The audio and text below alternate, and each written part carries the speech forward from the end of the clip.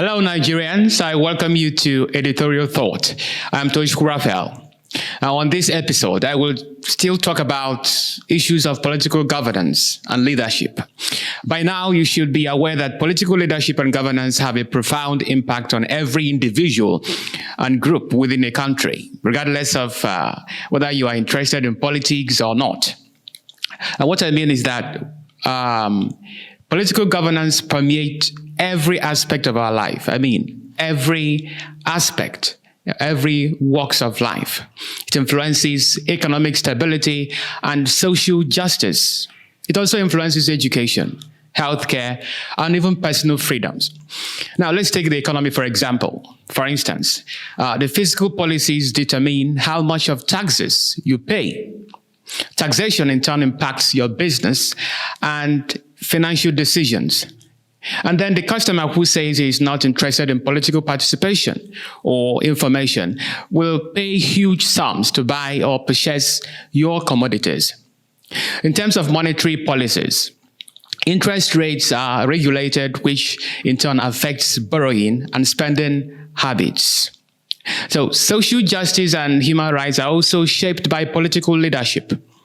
Laws and policies address discrimination, equality, and access to education and healthcare.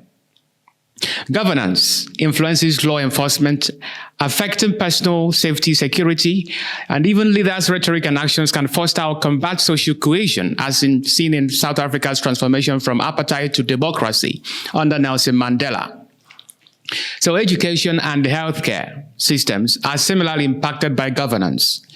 Funding allocations, for example, determine resource availability and quality of services in academic and medical institutions. Policies also influence curriculum content and healthcare access. Environmental concerns are equally critical. Governance impacts climate change, mitigation, and adaptation efforts.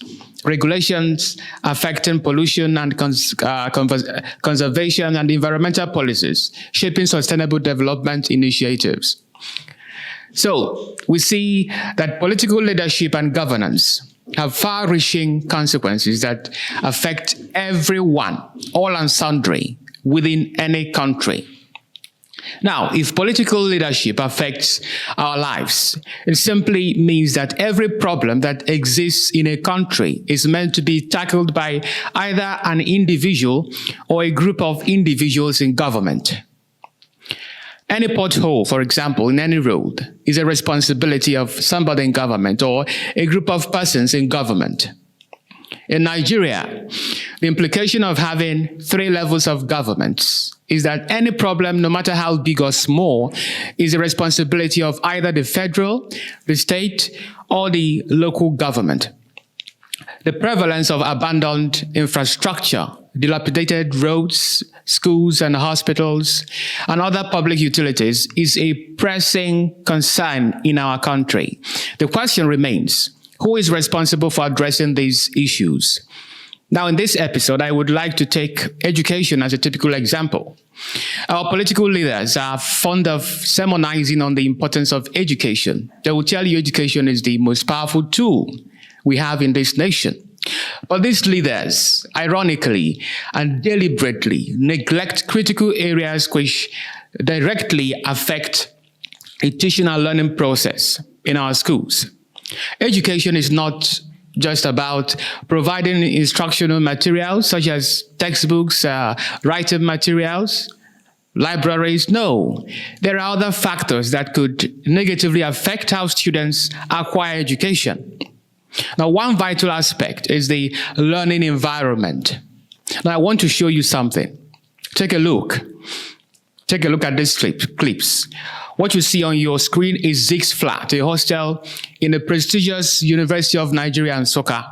3-story buildings, 30 blocks of hostels built by and named after Nigeria's first president, Nnamdi Azikiwe. The Zig's Flat was meant to inspire generations of students.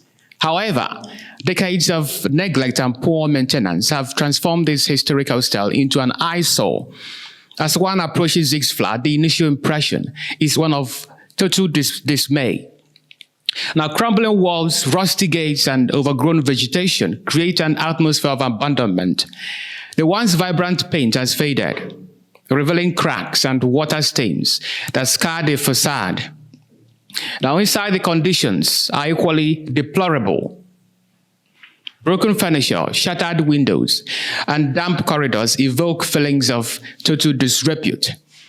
The rooms, meant to be sanctuaries for learning and growth, are now damp, dingy, and infested with rodents and insects. The bathrooms, once clean and functional, now reek of total neglect. Mind you, these hostel blocks have been dilapidated for more than 20 years. The hostel's decline is not merely physical. It also reflects the erosion of values and standards. Now you ask yourself, were funds not provided for this mess? This is Federal University, for crying out loud. What have successive governments been doing about it? What have successive vice chancellors and the university councils been doing to address this death trap for students? What have they been doing to the funds they earn both internally and externally? The university's inaction has perpetuated this decline. Successive administrations have neglected maintenance, allowing minor issues to escalate into major problems. The lack of investment in infrastructure has demoralized students. It undermines their academic pursuits and overall well-being. How can one read in this kind of environment?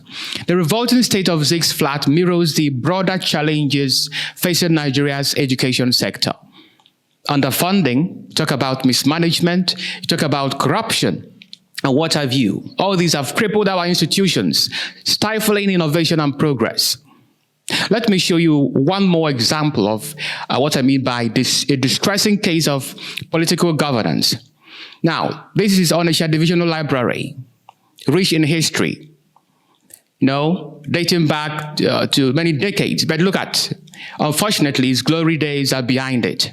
And the library has fallen into disrepair, particularly under Governor Charles Soludo's administration. Ironically, our governor is a professor, a renowned economist and an academician. He has allowed this vital institution to crumble. The last time the library saw significant renovation was in the 2014 under the former governor Peter Obi, who gave some facelift to it. Now, since then, it has been a tale of neglect, abandonment. The library's condition is deplorable, with broken furniture, shattered windows, and dusty shelves. The walls have begun to flake off. Just look at it. The reading rooms, once a heaven for students and scholars, now lie in ruins.